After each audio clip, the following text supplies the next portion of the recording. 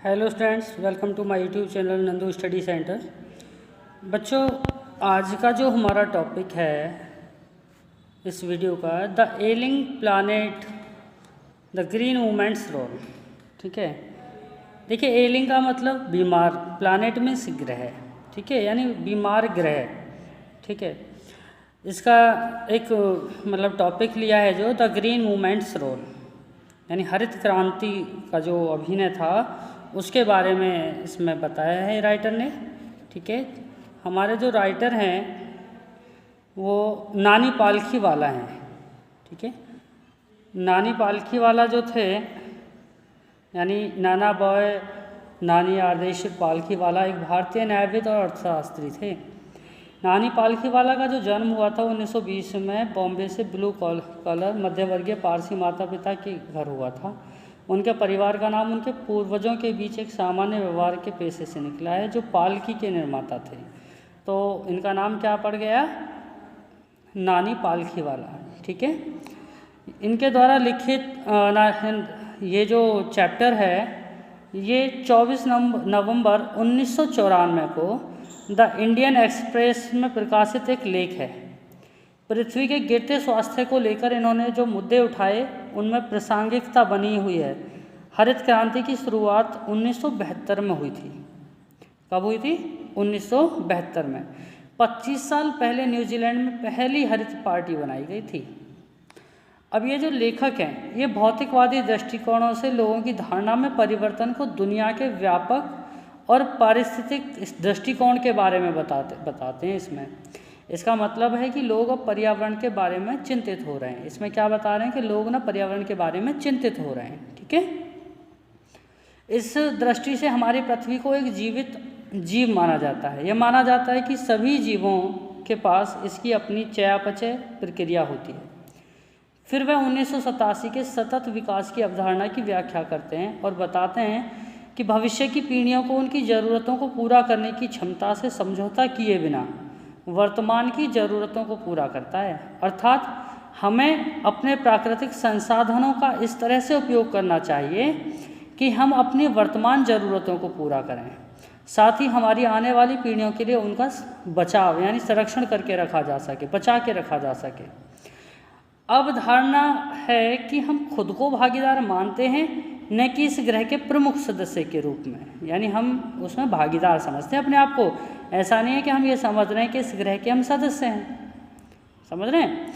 हम ग्रह की लाखों प्रजातियों के साथ भागीदार हैं। देखिए, श्री लेस्टर आर ब्राउन की विचारशील पुस्तक, यानी श्री लेस्टर एक लेखक थे, उनकी एक पुस्तक है जो बहुत ही विचार करने योग्य है। पुस्तक का नाम है द ग्लोबल इकोनॉमिक प्रोस्पेक्ट। उसमें ये लिखा है कि पृथ्वी की प्रमुख जैविक प्रणाली 4 हैं, जैसे मछली पालन, वन, घास के मैदान और फसलें। ये 4 हैं। इनमें उद्योगों के लगभग, यानी जो उद्योग होते हैं उनके लगभग सभी कच्चे माल हैं जो अब चल रहे हैं। इन संसाधनों का एक सतत उपयोग हो रहा है, यानी एक जितना उपयोग होना चाहिए उतना हो रहा है। इसने हमारे प्रोटीन सचेत दुनिया, बंजर भूमि के निर्माण और फसल भूमि के बिगड़ने के कारण मछलियों का नुकसान हुआ है।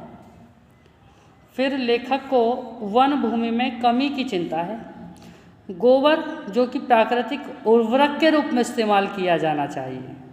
वैसे हमारे यहाँ गांव में करते भी हैं। गांव में क्या, आप तो सभी जगह करते हैं, गोबर को उर्वरक के रूप में ही इस्तेमाल करना स्टार्ट कर दिया है सभी ने। तो कह रहे हैं इस प्रकार मिट्टी को प्राकृतिक खाद नहीं मिल रही है।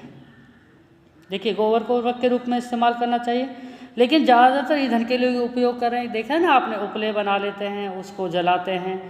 तो इसलिए क्या हो रहा है कि इससे मिट्टी को ना प्राकृतिक खाद नहीं मिल पा रहा है।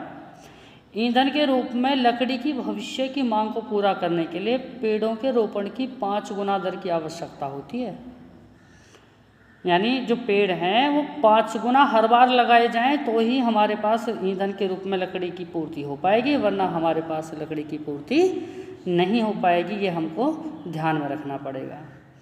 तब लेखक ने भारत के संविधान के, अब ध्यान दीजिएगा, जो राइटर हैं नानी पालखीवाला, ये इन्होंने फिर भारत के जो संविधान है, भारत के संविधान के अनुच्छेद 48A का उल्लेख करते हुए कहा इन्होंने बताया कि यह कहा गया था कि राज्य को जंगल और वन्य जीवन की रक्षा और सुधार करना चाहिए।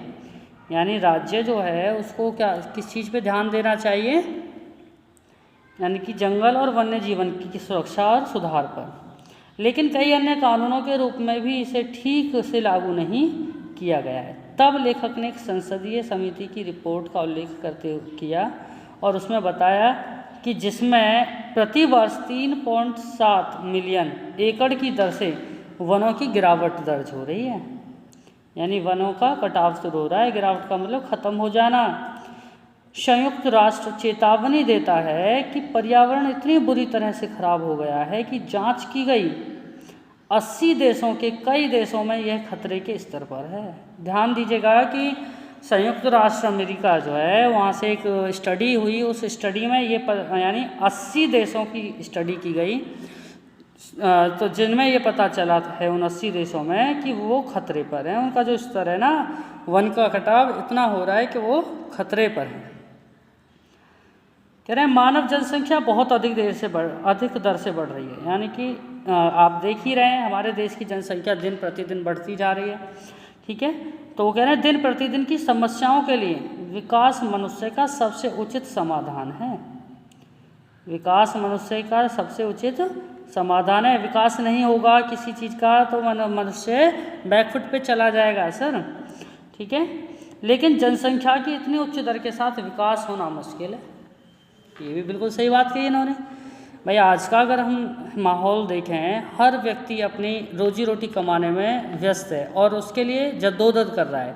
कारण क्या है? देखिए हर जनसंख्या विकास इसलिए नहीं हो पा रहा है क्योंकि जनसंख्या इतनी ज़्यादा बढ़ गई है, ठीक है। जनसंख्या बढ़ने से हर क्षेत्र में कंपटीशन है और कंपटीशन होने की वजह से लोग अपने उसका स्तर का विकास नहीं कर पा रहे हैं। जीवन स्तर अभी भी बहुत निम्न है। कह रहे हैं यह गरीब अशिक्षित आबादी के बीच सोच रहा है कि अधिक बच्चों को काम करने के लिए अधिक हाथ। देखिए ध्यान दीजिएगा, जो गरीब लोग हैं, अशिक्षित लोग हैं, वो क्या सोचते हैं कि जितने लोग होंगे, जितना काम ज़्यादा करना है उतने ही लोग ज़्यादा होने चाहिए, उतने ही हमारे पास अगर लोग ज़्यादा रहेंगे तो काम ज़्यादा कर पाएंगे। ध्यान दीजिएगा बच्चों कि इसमें क्या कह रहे हैं कि गरीब व अशिक्षित, ये दो शब्द जोड़े हैं। यानी एक तो उनकी सोच, दूसरे ठीक है वो गरीब हैं, दूसरा अशिक्षित हैं, वो शिक्षित नहीं है, इस वजह से वो ऐसा सोच रहे हैं, ठीक है। ऐसे विचारों के कारण गरीब गरीब ही हो रहे हैं और ये सच है।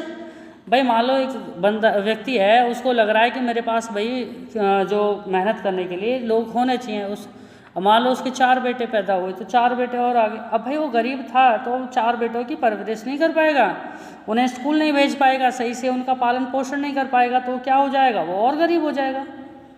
समझ रहे ना? तो फिर पालकी वाला कहते हैं कि स्थिति का सामना करने के लिए एक उचित परिवार नियोजन की आवश्यकता होती है। देखिए आप लोग भी सब अभी पढ़ लिख रहे हैं, समझदार हैं, तो आप भी कई बार अब देखते हैं, हम ऐसे वगैरह भी देखते हैं, उसमें भी आता है जनसंख्या नियंत्रण। तो ये सही है कि कह रहे हैं कि परिवार नियोजन की आवश्यकता जरूरी है। कह रहे जनसंख्या नियंत्रण के लिए जाने की ज़रूरत है। यानी हमें जनसंख्या पर नियंत्रण करना चाहिए। जैसा कि अब हम यूपी में देख चुके हैं, जो हमारे सीएम हैं उन्होंने ये आदेश पारित किया है कि 2 ही बच्चों से बच्चे अधिकतर हों। यानी कि उन्होंने इनडायरेक्टली बोला है कि 2 से ज़्यादा अगर बच्चे होंगे तो उन्हें सरकारी सुविधाएं नहीं मिलेंगी। बात वही है। तो कह रहे हैं इस बिंदु पर लेखक फिर से लोगों में पारिस्थितिकी के संबंध में सकारात्मक बदलाव को दोहराते हैं। वो कहते हैं कि उद्योगों को भी एक अच्छे पारिस्थितिकी तंत्र की जिम्मेदारी लेने की ज़रूरत है और पर्यावरण के प्रदर्शन में अच्छा होना चाहिए। कह रहे हैं हमें अपने आने वाली पीढ़ियों के लिए इसे संरक्षित करने की ज़रूरत है। वो कह रहे हैं हमारे पास जितने भी संसाधन हैं, जो भी हैं, उन्हें हमें सुरक्षित करने की आवश्यकता है। हमें फैक्ट्रियाँ और इनके द्वारा भी पर्यावरण का भी ख्याल रखना चाहिए। यानी कुल मिलाकर के इस पूरे चैप्टर में जो नानी पालकी वाला हैं, उन्होंने हरित क्रांति के थ्रू, जनसंख्या नियंत्रण के थ्रू, सभी चीज़ों के थ्रू उन्होंने कह रहे हैं कि जो आज हमारा देश बीमार हो गया है, जिसकी सोच छोटी हो गई है, उसे प्रगति पर लाना है, विकास के रास्ते पर लाना है, जिसके लिए उन्होंने बल दिया है।